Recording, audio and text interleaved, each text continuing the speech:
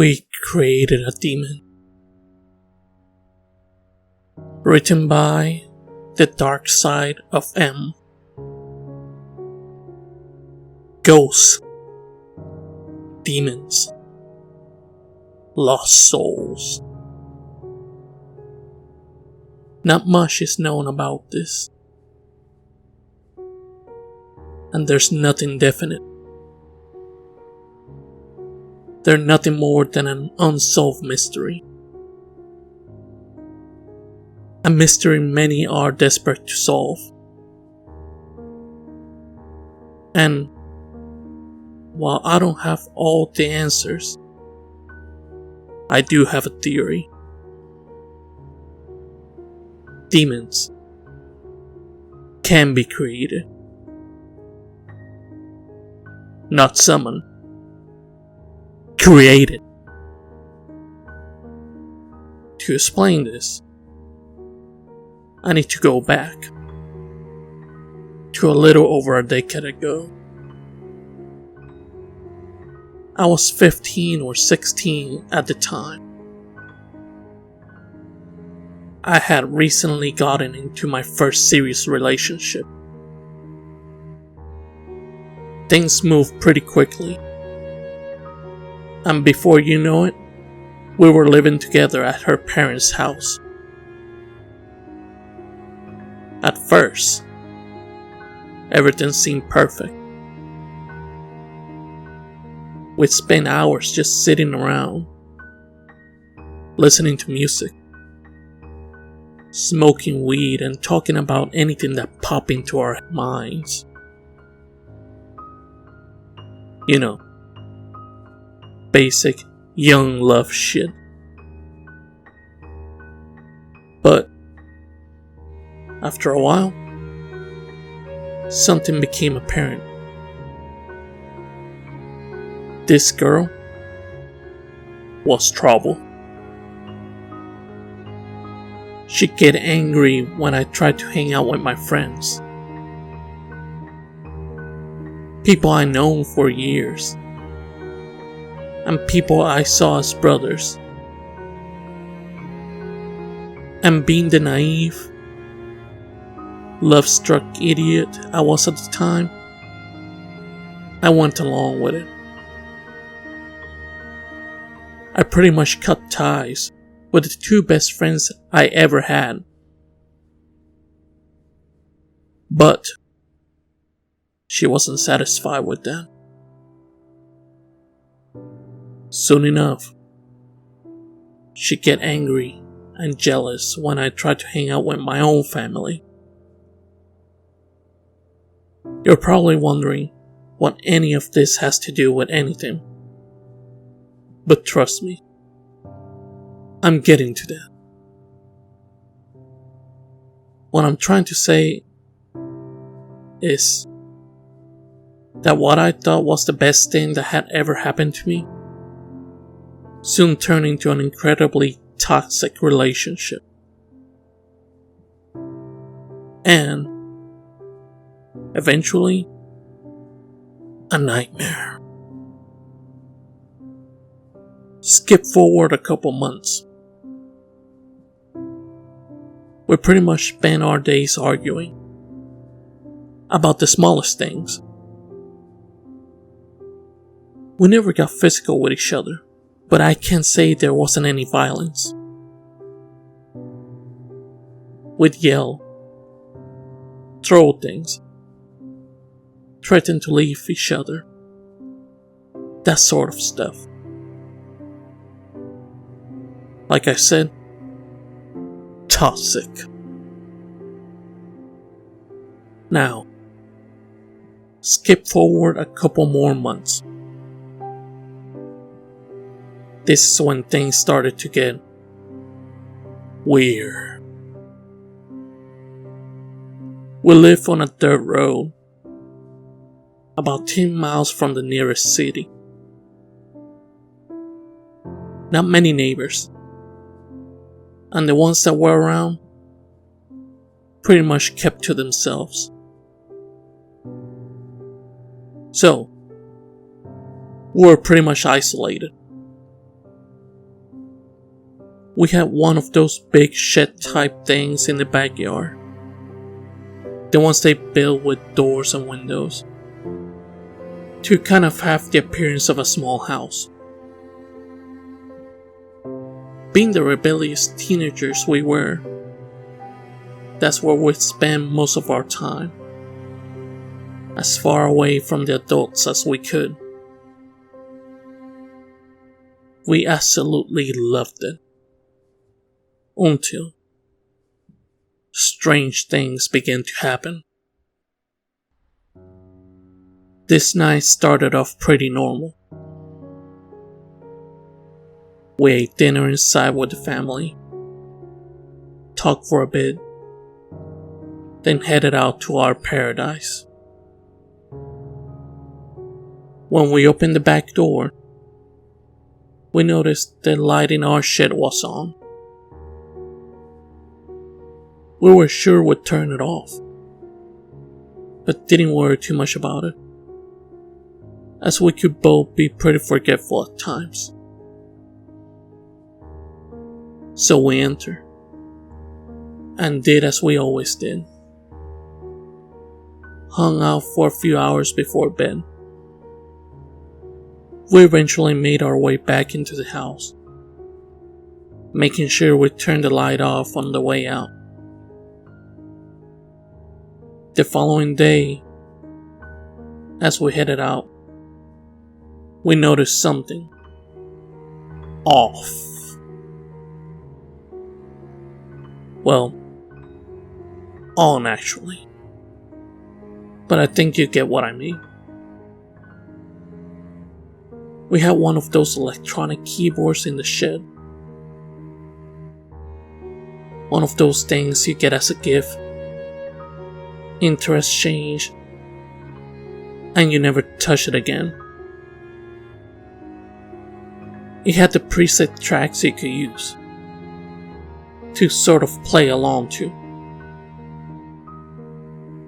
As we were walking through the backyard, we heard this strange sound. As we got closer to the shed, we realized that this is where the sound was coming from. It was a keyboard. The keyboard that hasn't been used in months. It was playing one of the beat tracks, but it wasn't the normal track you'd hear. Instead, some weird, distorted sound was coming from the speakers. A sound I can best describe as some alien creature being tortured. Not the best description, but if you hear the sound, you'd understand. Filled with hesitation, I entered the shed to investigate, to try and see what could be causing this. Upon entering, I immediately noticed that the keyboard isn't plugged in. So I checked to see if there's any batteries in it, but discovered the slot empty.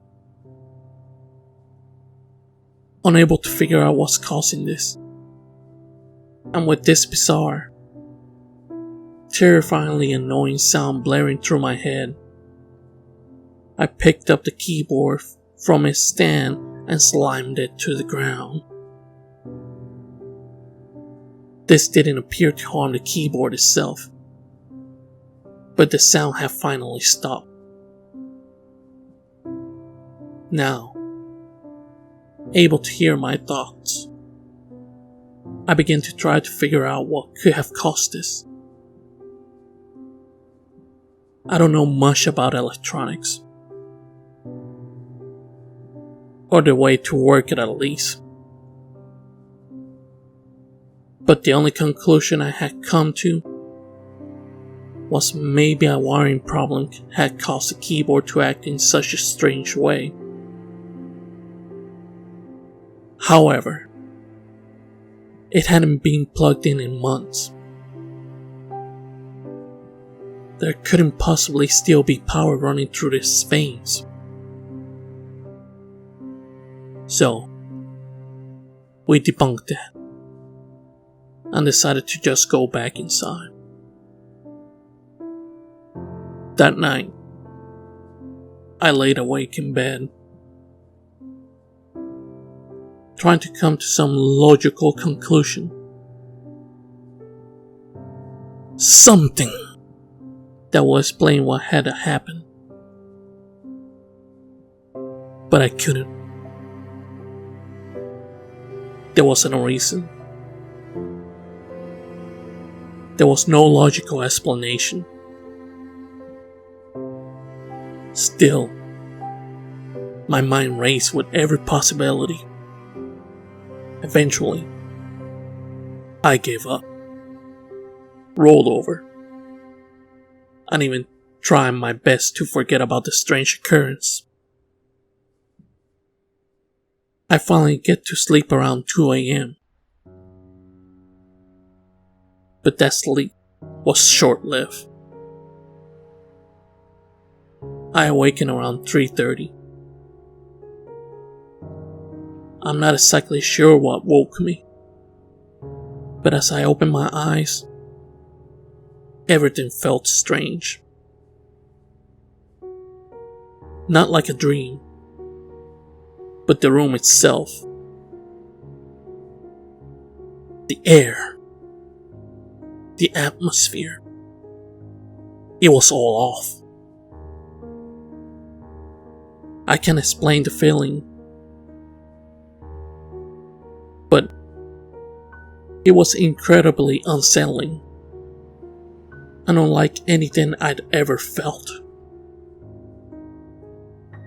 Suddenly, as I'm lying there, I felt a slight pressure at the end of the bed, near my feet. I thought maybe it was my cat hopping up, but looked down and seeing nothing. Instantly, my mind goes back to what had happened in the shed the night before. Terror fills me, coursing through my veins like a virus. I wish I could say it ended there, that I drifted off back to sleep, or that it was just a dream. Unfortunately, it was only the beginning. As I lie there, paralyzed by fear and worry, the pressure begins to move up the bed. First to my knee, then further and further, until I feel it on both sides of my chest. My mind raced. What was happening? Was I imagining this? If I'm not, what did this thing want? I closed my eyes tightly, somehow believing this will protect me from whatever it was that had crawled on top of me. At this point, I start to hear breathing. Light. But I instantly knew what it was. It comes closer and closer, until I can feel the breath on my lips. Cold, like ice. For what seemed like an eternity. Then it stops for a second, only to start again. This time, in my ear, it speaks. The words I'll never forget. You did this.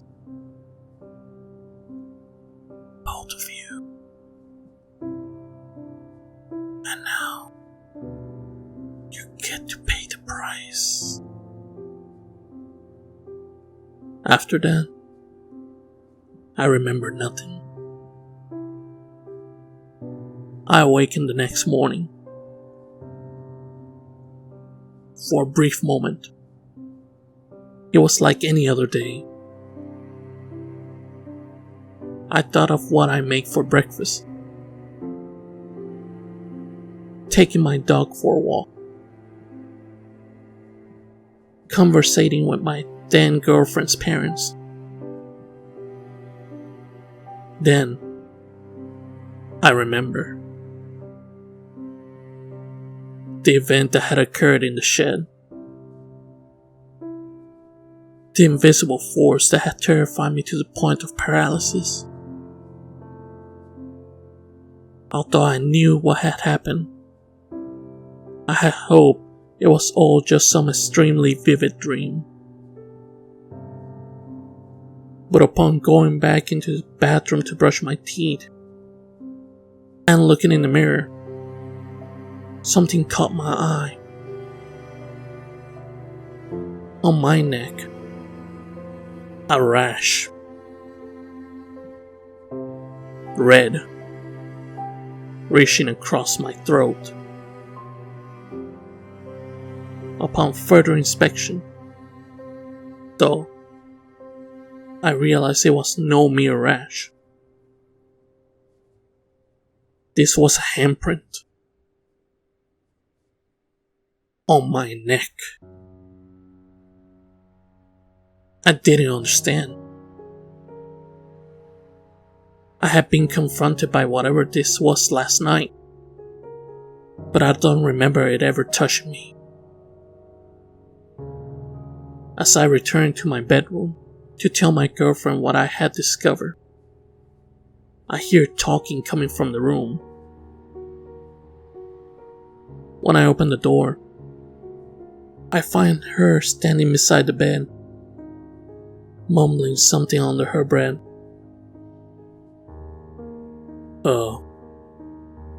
Babe? Are you okay? I ask. I get no response from her. So I step closer to try to snap her out of whatever daze she's in. As I walked up to her, I realized what she's saying. You did this. Over and over again. Blankly staring through me, as though I wasn't even there. I grab her by the shoulders to try to shake her out of this. And it worked. Finally, she snaps out of it, her eyes meeting mine with deep confusion. Hey, babe, she says. Is everything okay? I sat her down and explained to her what I had just seen, and asked if she remembered any of it, and why she had said those things. She remembered nothing. The next few days went on with nothing I considered strange happening. Definitely nothing compared to that night and morning. But that normally was short-lived. She began acting strangely. She had become incredibly depressed. Something her and I were all too familiar with. But this was different. She stayed in bed all day. She wouldn't eat, shower. She wouldn't leave the room. She would barely speak. And when she did, It was all mumbles. On her face, that blank stare I had seen when walking back in from the bathroom that morning. No matter what I did, she remained this empty shell.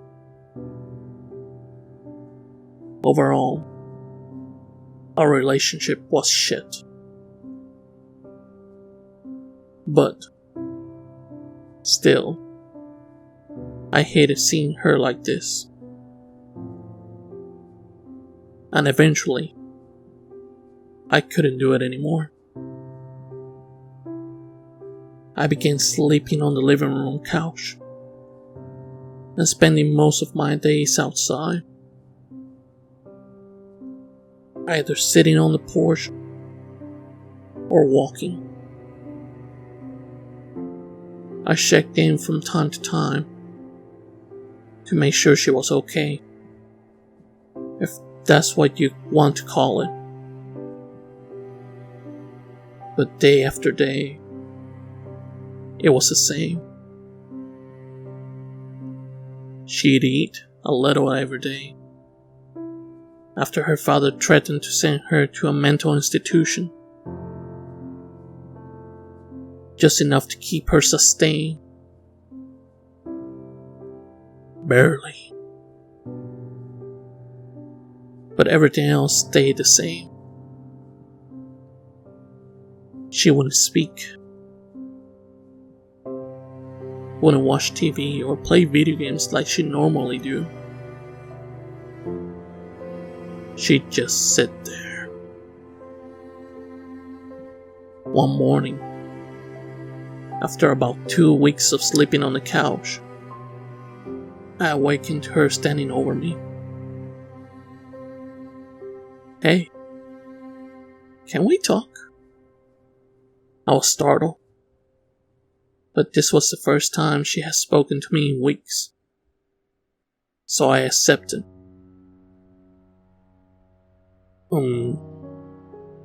Yeah. Sure, I said. "Mind if I come in the room?" I asked. She nodded, took me by the hand, and led me to our room. We talked for a while. She told me she had been in a dark place, but that she was okay now. She even apologized to me and begged me not to make her sleep alone. And I, being the empath that I am, succumbed. The rest of the day was great. I'd even say it amazing. Probably the best day we had had in the 3 years we were together. We talked. We laughed. I felt like we were getting to know each other all over again. A new beginning, I thought. A chance to fix all that had gone wrong. That night, we sat with the family for dinner. For the first time in what felt like a lifetime. Everyone seemed overjoyed that she was finally herself again. At this point, I'd completely forgotten about everything that had happened over the past few weeks. It felt perfect, like everything will be okay. After dinner, we headed to our room. We talked and cuddled for a while, before finally drifting off to sleep. That night, again around 3:30 a.m., I awakened. Again, feeling this pressure on each side of my chest. Hesitantly, I open my eyes. To my surprise, instead of seeing nothing, like I had expected, I see her. My girlfriend. Arms next to my chest, face only inches from mine. Before I can open my mouth to ask her what she was doing, she firmly places her hand over my mouth. She comes in even closer, her eyes glowing a bright red. "You did this," she whispered. "And now you're going to pay the price." Frozen, I see her other hand lift from beside me. In it, a huge hunting knife we had bought at a flea market a few months back. My eyes widen. I try to move. Try to speak, but nothing comes out. She raises the knife to my throat and repeats the words, "You did this," before running the freshly sharpened knife across my throat. She never broke eye contact. Never blinked. Just staring into my eyes, watching with pleasure while the blood poured from my throat. I tried to scream, tried to call for help, but it was pointless. No one could hear me. I was dying, bleeding to death while the girl that once meant everything to me watched. A slight smile on her face. Finally, she stands and walked out of the room, leaving me to my fate. As I struggled to breathe, cold sweeping to my body like a winter chill, I managed to get to my feet. For a second at least. I fall to the ground though, almost instantly, unintentionally grabbing the lamp from the bedside of the table as I fell. I hit the floor, and so does the lamp, shattering into 100 pieces.